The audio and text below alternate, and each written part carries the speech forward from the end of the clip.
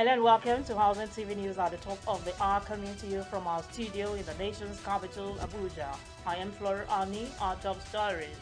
President Tinubu commends NNPCL over the reopening of Warri Refinery. Minister of Works commends work progress in Lagos Calabar Highway. Surveyors urge government to utilize mapping for rising insecurity. Troops destroy 66 illegal refining sites, recover 798 million on the foreign scene. Azerbaijan urges Russia to accept blame for plane crash. We begin with national matters. President Bola Tinubu has expressed his profound joy at the reopening of the Warri Refining and Petrochemical Company by the Nigerian National Petroleum Company Limited, describing it as another remarkable achievement in 2024 that has strengthened Nigerians' hope in his administration. President Tinubu noted with confidence that with the 125,000 BPD Warri Refinery now operating at 60% capacity, has chosen his administration's comprehensive plan to ensure energy efficiency and security is entirely on course. He praised the Malekari-led management of the NNPCL for working hard to restore Nigerians' glory and pride as a major oil-producing country. The Warri Refinery will focus on producing and storing critical products, including straight-run kerosene, automotive gas oil, and heavy and light naphtha. The refinery returned to operation on Monday, the 29th of December 2024, weeks after NNPC Limited restarted the 60,000 barrels per day at the Port Harcourt refinery in November. In another development, the World Bank has disbursed a $1.5 billion loan to Nigeria under the Reforms for Economic Stabilization to enable transformation development policy financing initiative. The loan, approved on June 13, 2024, was released in record time following Nigeria's implementation of critical reforms, including the removal of fuel subsidies and comprehensive tax policies. This fast disbursement contrasts with other loan programs, which typically experience delays due to slow or partial implementation of conditions. For instance, the World Bank has also disbursed $1.8 million of a $750 million loan for the Accelerating Resource Mobilization Reforms project, approved alongside the RESET program. The Nigerian Meteorological Agency has predicted dust haze from Monday to Wednesday nationwide. The NIMET weather outlook released on Sunday in Abuja predicted a moderate dust haze on Monday in the northern region with visibility range of 2.5 kilometers. The north-central states are expected to experience moderate dust haze with visibility range of 2 km to 5 km and localized visibility of less than or equal to 1 kilometer during the forecast period. NIMET anticipated early morning mist in the southern part of the country and moderate dust haze with a visibility range of 2 km to 5 km during the forecast period. Now to the Niger Delta, where troops have dismantled no fewer than 66 illegal refining sites and disrupted the complex network of oil theft operations. According to a statement by the Director of Defense Media Operations, Major General Edward Buba, troops uncovered and destroyed 68 crude oil cooking ovens, 13 dug-out pits, 41 boats, and 45 storage tanks. Items seized include 4 speedboats, 1 pumping machine, 150 drums, 1 generator, 2 motorcycles, 2 mobile phones, a drone, and 5 vehicles. Additionally, security forces recovered 657,470 liters of stolen crude oil, 127,008 liters of illegally refined automotive gas oil, and 5,000 liters of dual-purpose kerosene. According to Buba, troops also neutralized 148 criminals and arrested 258 suspects, including 51 individuals implicated in oil theft. Furthermore, 291 kidnapped hostages were successfully rescued.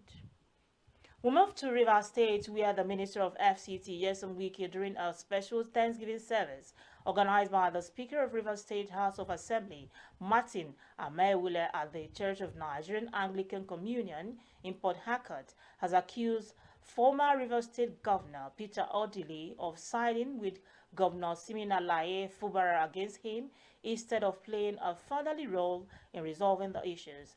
This is coming barely 24 hours after Odili praised Fubara for his great development strides in governance. For what he has done in the life of Martin and his family. Martin symbolizes a man you can talk about integrity.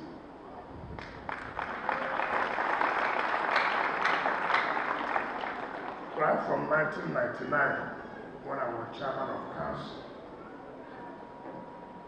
there was a councillor. He had never wavered one day. He's a man you can go home and sleep with your two eyes closed. It is not easy for you to be a speaker and stand against the state government and you survive. It is not easy. All of you remember when I was governor, Odili praised me to high heavens. In fact, he even said, no governor combined together has done what I did. Is that not correct? Must we be a trader all the time? Must we be a trader all the time? As a former governor for 8 years, what are you looking for? Now, the governor all of us made, a governor that has not stayed 1 year now, the same man has come that he has beaten the record of all the governors combined. 1 year in office. If you are 8 years in office, somebody comes in 1 year and beat your record, of course there was no record to beat. Is that the kind of thing an elder statesman is supposed to be known for? Wike also commended Right Honorable Martins Amaewule for his positive contribution to the state. Earlier in his address, the speaker expressed gratitude to God for his political journey so far. In 2007, when he left power, he couldn't hear power because Amechi was the governor then.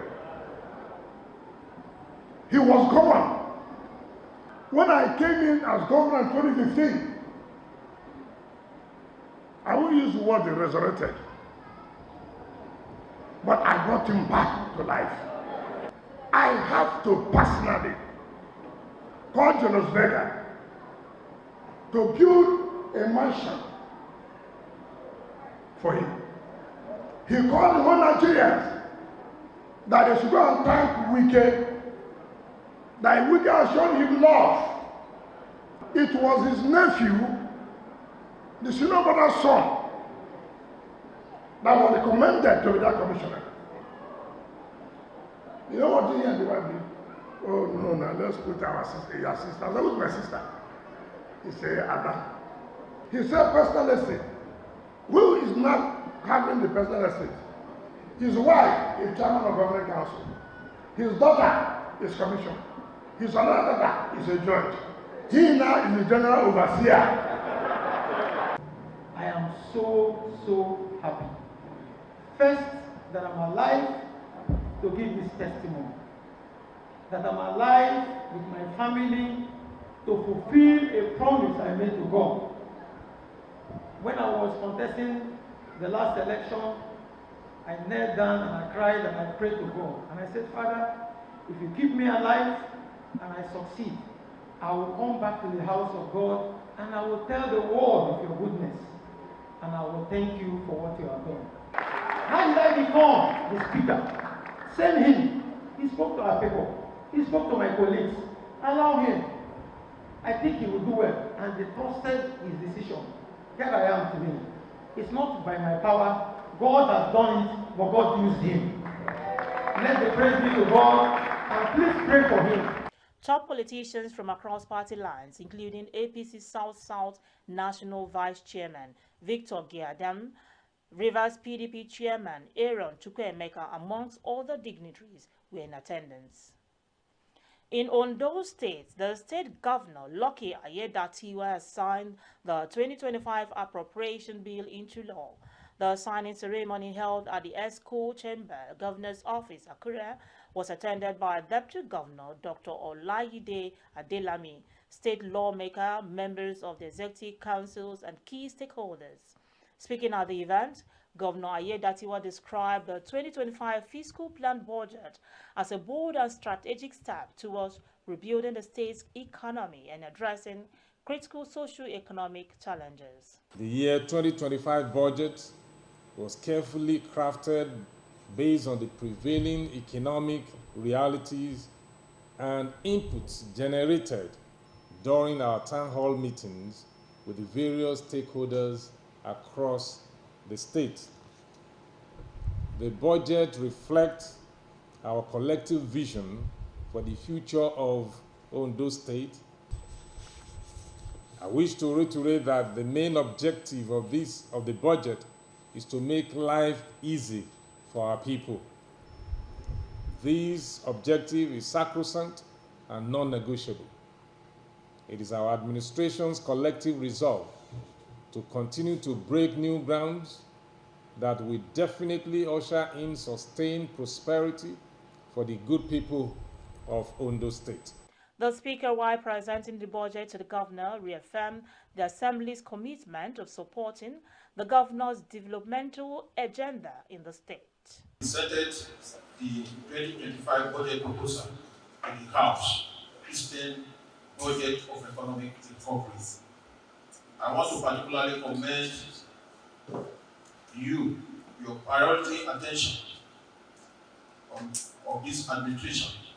I want to particularly commend you for the priority attention this administration has given to all sectors of the economy of the state. Still in Ondo State, in its effort to make life easy for the people of riverine area, the Ondo State government has flagged off the clearing of waterways across riverine communities in the state and distribution of 1,500 life jackets to the people of the area.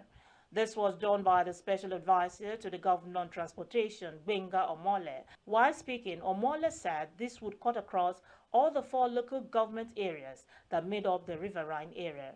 This is predominantly in 4 major local governments, the riverine area, namely Okitipupa local government, Irin local government, SLD local government, and Ilaje local government. We are doing this flagging off in Okitipupa local government today, and in few days ahead, we go to other local governments and make sure that the same exercise is carried out.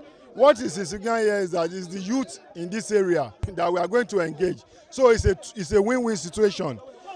While government is trying to make life easy for the youth for the people here by clearing their waterways so that there be smooth movement on the ways and so that they can have their commercial activities not hindered. It's another way of empowering the youth because they will be paid. We are providing at least 1,005 jackets for each of the local government. It's a continuous thing. I'm very happy to clear this our river because about 4 or 5 years we are suffering in the river. No road to go,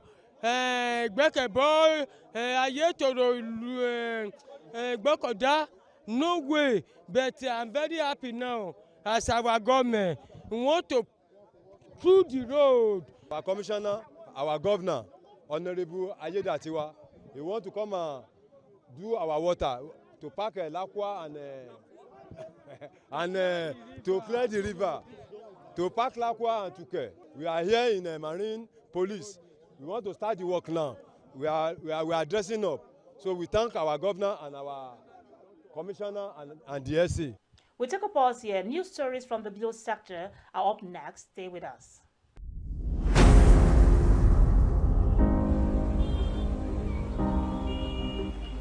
When the city is getting too loud,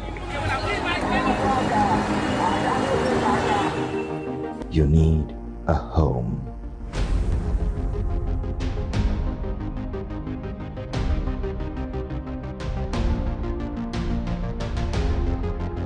Home is love. peace and tranquility.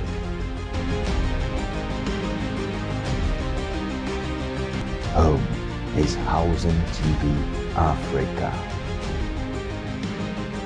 Housing TV Africa, your first in housing news.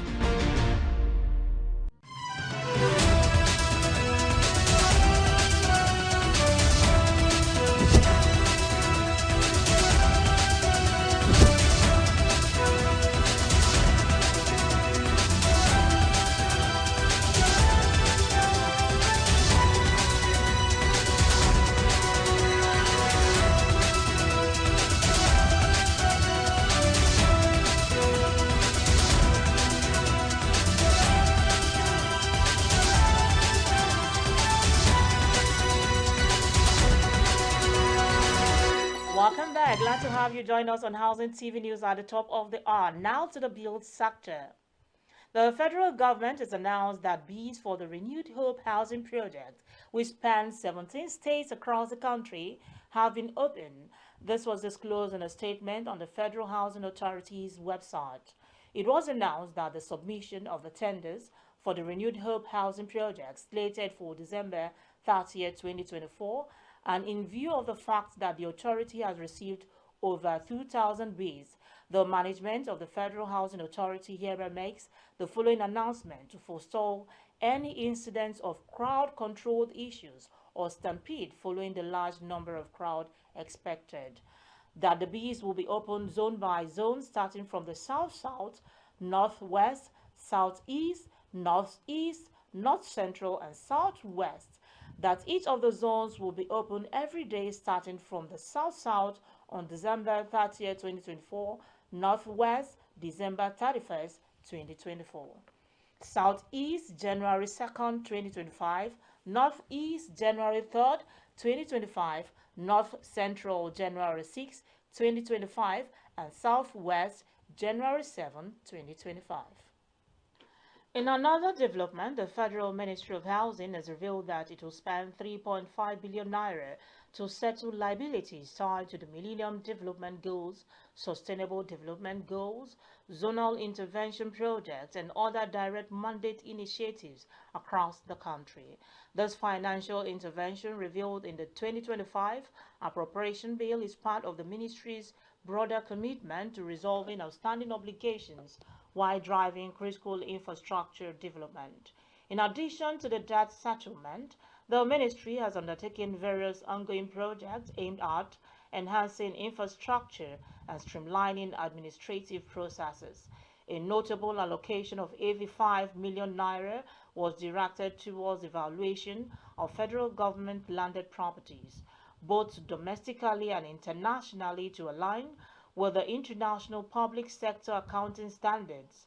Key infrastructure projects include road construction and erosion control measures across Nigeria's 6 geopolitical zones. The ministry allocated 724 million naira each for interventions in the southeast, north central, and southwest regions, as well as in the south-south, northeast, and northwest zones. The Minister of Works, David Umahi, has commended work progress on the Lagos-Calabar Coastal Highway project. The minister described the project as a signature of excellence and innovation in road infrastructure development by the Renewed Hope administration of the President of Bola Ahmed Tinubu. Umahi made this commendation in a statement signed by the Special Advisor on Media to the Minister, Orji recently. Umahi, however, praised the vision of Mr. President in initiating legacy projects that will connect the critical economic corridors and boost the transportation ecosystem in the 6 geopolitical zones. The Nigerian Institution of Surveyors has advised the federal government to conduct appropriate mapping of the country to check rising insecurity. The advice followed the recent survey conducted by the National Bureau of Statistics, which revealed that the country has continued to struggle with high crime rates despite measures to improve security and implement advanced technology. Speaking at the 39th Yearly General Meeting and Luncheon of the Lagos State Branch of the institution, the branch chairman Olukolade Kazeem asked the government to work with surveyors to reduce the menace to its barest minimum. He lamented that rising insecurity has hampered the institution's effort to improve the welfare of members and the profession. Also, Emeritus Professor of Surveying, University of Lagos, Professor Francis Fajemirokun, called for a partnership between the government and surveyors. He lamented the lack of patronage and high cost of instruments in the country. Fajemirokun called for more support and stressed that the more properties and lands are surveyed, the more urban centers are developed. He also observed that the improvement in the technology and methodology has given a boost to the practice of surveying. To wrap up Housing TV news at the top of the hour, on the foreign scene, Azerbaijan's President Ilham Aliyev has called on Russia to accept blame for a plane crash on Christmas Day that killed 38 people. The plane is thought to have come under fire from Russian air defense system as it tried to land in Shenyang before being diverted to Kazakhstan, where it crashed. Over the weekend, Russian President Vladimir Putin apologized to the Azerbaijani president over the downing of the plane in Russian airspace, but stopped short of taking responsibility. Aliyev accused Moscow of an initial cover-up over its involvement in the crash. While accepting Putin's apology, he said Russia must admit its guilt and pay compensation. That's the most we can take on Housing TV News at the top of the hour. Before we go, a quick recap of our top stories. President Tinubu commends NNPCL over the reopening of Warri Refinery. Minister of Works commends work progress on Lagos-Calabar Highway. Surveyors urge government to utilize mapping for rising insecurity. Troops destroy 66 illegal refining sites, recover 798 million stolen oil. On the foreign scene, Azerbaijan urges Russia to accept blame for plane crash. For more news in the housing sector, subscribe to Housing TV Africa and YouTube, and follow Housing TV on all social media platforms. Download the Housing TV Africa mobile app on Google Play Store and App Store to stay connected. I am Flora Ani. Bye for now.